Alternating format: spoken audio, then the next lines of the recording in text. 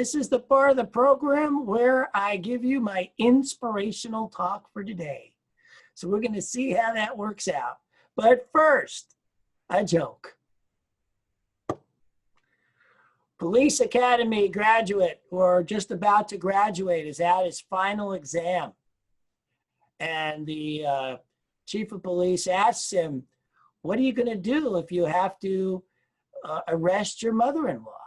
And without skipping a beat, the man says, call for backup. All right, here we go. Today's talk, the illuminated mind. The illuminated mind is a Buddhist phrase. And in the Buddhist theory of this all, they say that we are born with an illuminated mind. We are born where our mind simply is radiant.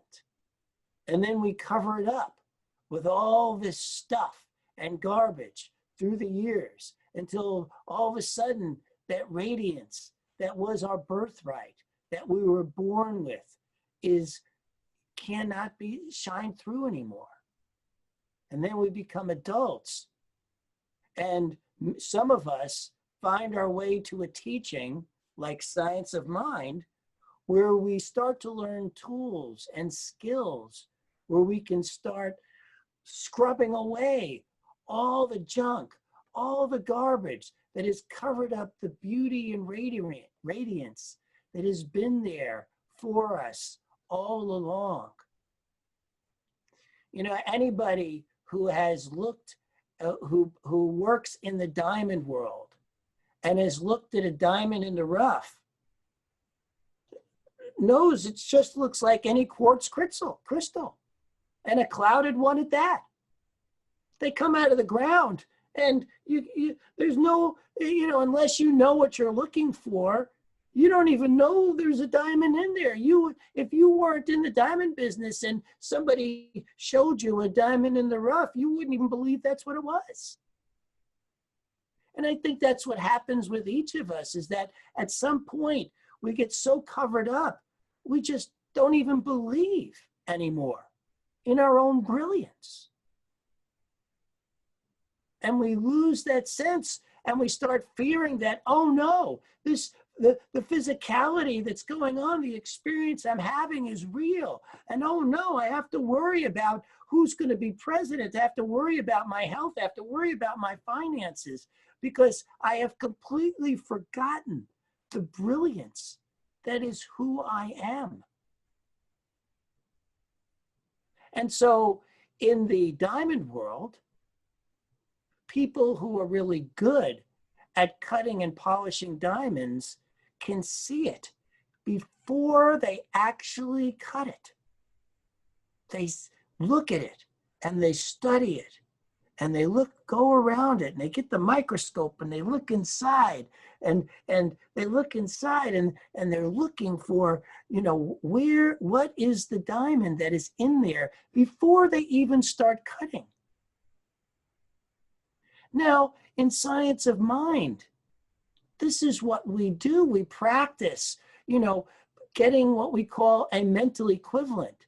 But at first, maybe those mental equivalents are clouded. Maybe at first, we think, maybe it'll be something or kind of like this, maybe, sort of, kind of, and we play around with it. It'd be okay if it wasn't like, didn't become and be and have all that life has to offer. I'd be okay with only, just a little bit and this and that. And yet, the more we learn and the more we study the Science of Mind, like the freedom that Ashley was just talking about, we discover that actually there's something more crystal clear in all this. There's something more powerful and able for us to have. And so we begin the job of polishing and cutting away until through treatment, through study, through practice, I love Trisha's story about how she had money kind of fall into her lap to cover a bill that needed covering, and then found herself right after that worried about the next one. But because she has studied the science of mind so long, was able to get a hold of herself and go, wait a minute, I actually know better than this. And that's what happens as we polish and we cut the diamond. We begin to discover the deeper truths of ourselves and our own personal power, because it's in there. We are this illuminated mind. It's not something we have to go find. It's not something we have to seek. It is something we have to clear out all the garbage to get to, the cloudedness. And so that diamond cutter finally sees what he's after to look at, and then he begins the work of chopping away. And it is in that sense that once we are clear on our vision, once we are clear and see it and have that mental equivalent and know and embody the fact that this is the truth for ourselves, then we begin taking action towards it. Because if we begin taking action before we are clear, we're just taking action out of our worry. Oh no, I have to do something. Oh no, I can't just sit here and do nothing. I'm my bank account, it's sinking. I have to do something.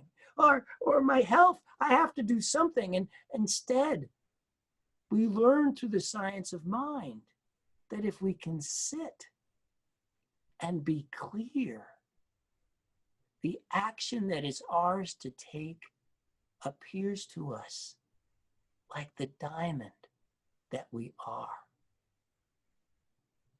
And then we begin to take action. And with each action, we must remember not to get lost in the action. You know, new diamond cutters, they have a tendency to, when they are cutting a diamond, go so fast that they can break it. You know, diamonds can be broken, and then they'll never be what they could have been. Now, we have a better situation than that, because if we can always slow down and go, wait a minute, we can try again. Can't do that with diamonds, but we're not diamonds, we're people. So we actually have the advantage of being able to try again, to slow down, make sure our actions are in complete alignment with what we want to create, what we want to show up. And the master diamond cutter knows that. He never rushes. He takes his time. He chops away slowly because he sees the diamond in there. He knows what it's going to look like. He knows exactly what it's going to look like when it's done. That is the mastery of science of mind. Knowing what it's going to look like when it's done. Knowing the outcome. This is the artistry of science of mind, to have a mental equivalent that is so set that of course it shows up that way. Now, some of you may be saying, wait a minute, I thought we're not supposed to focus on what it looks like, but the quality of it. But it is the quality I am speaking to. I want to be clear here that how things actually, that when we are sitting and embodying with what we want to show up, it is the quality of it that matters. That in fact, when somebody's chipping away at the diamond, they know the quality that's in there, and they are constantly looking to make sure that it's the quality that they're after. For instance, maybe they thought it was going to be a pear-shaped diamond, but as they were going through, they saw to bring out the true quality. It needed to be more of a pointed quality. It looked more like a pointed than a pear-shaped. There are many different shapes in diamonds, but the quality scale is the same. And it is the quality scale that we are after here. And the master diamond cutter knows that. And so you want to experience and master the science of mind in a way in which what you are embodying is ultimate truth. You know, one of the ways in which a practitioner learns to clear the path to the perfect mental equivalent, to clear the path of all the clutter, is when somebody comes to them and says they want something, they ask them, why do they want it? Like, for instance, somebody comes and says, I want a new car, to a practitioner. And a practitioner says, well, why? Why do you want a new car? And the person goes, well, my car broke and I don't have a car now to get to work. So the practitioner says, so what you want is to be able to get to work easily and effortlessly every day. And the person asking goes, yes, that's what I want. And just like the diamond cutter, the first layer has now come off.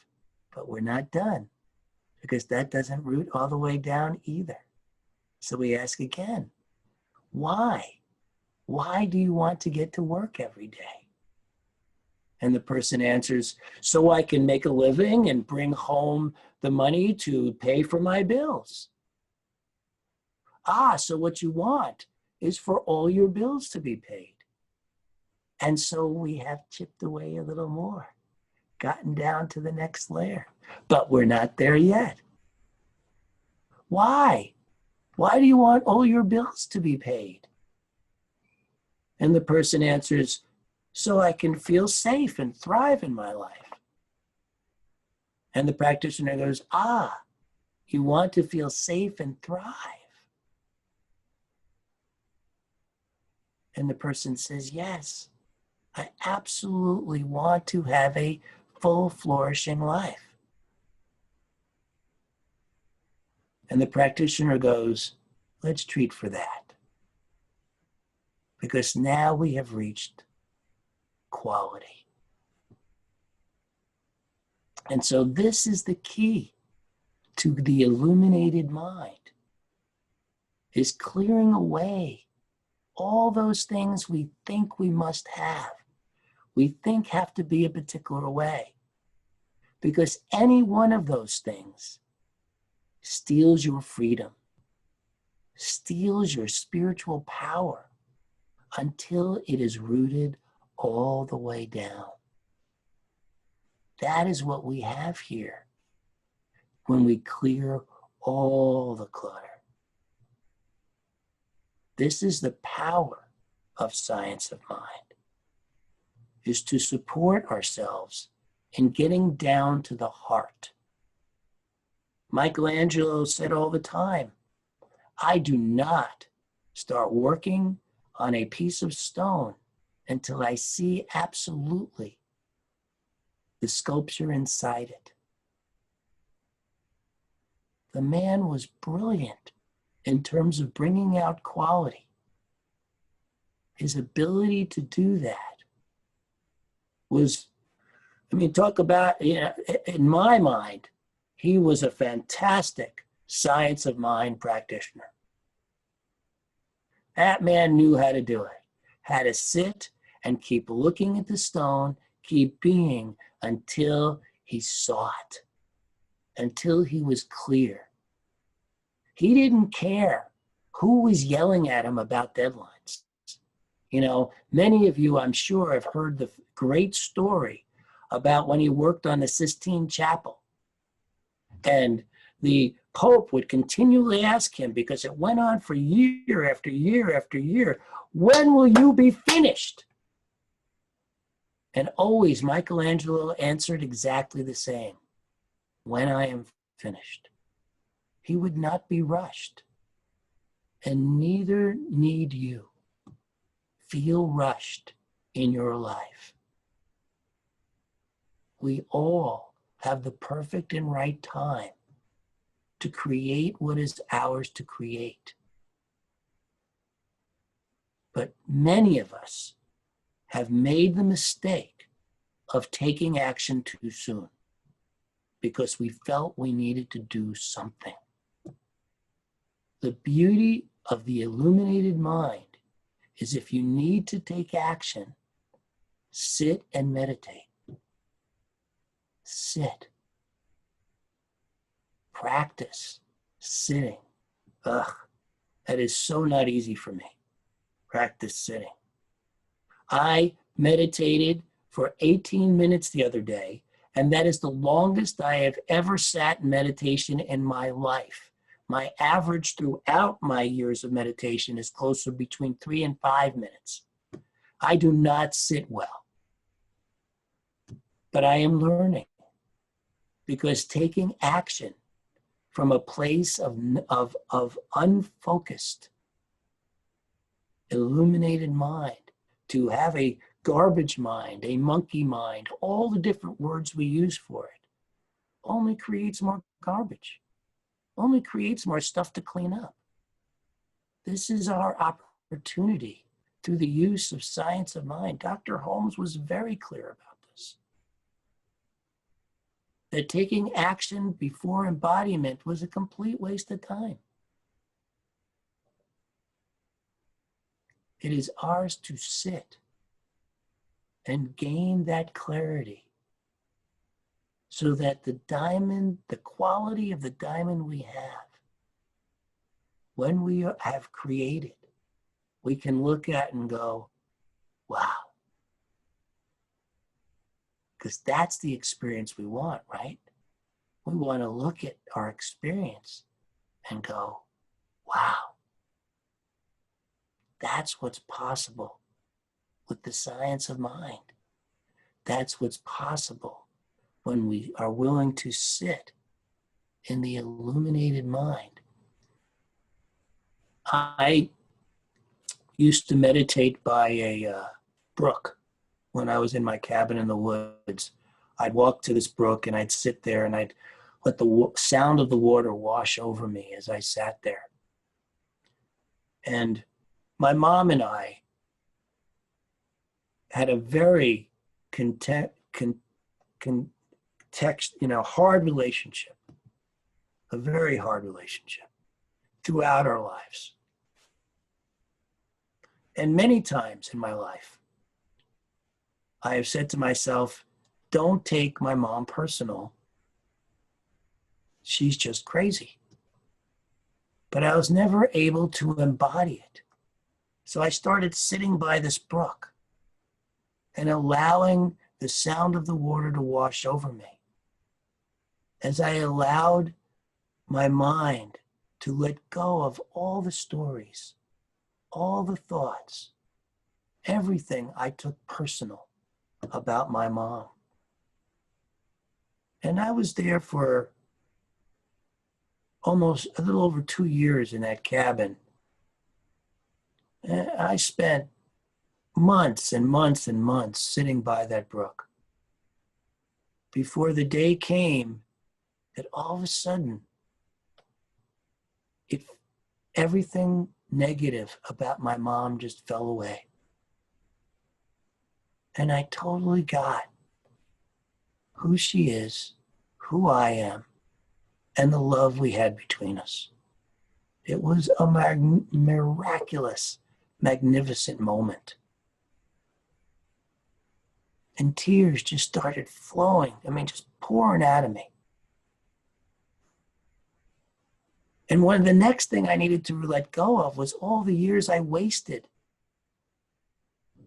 Because the next thing I was feeling was all the time I wasted being upset with my mom. And, I was making myself bad and wrong for that. So it was like the next layer, right? Because this is always working in layers.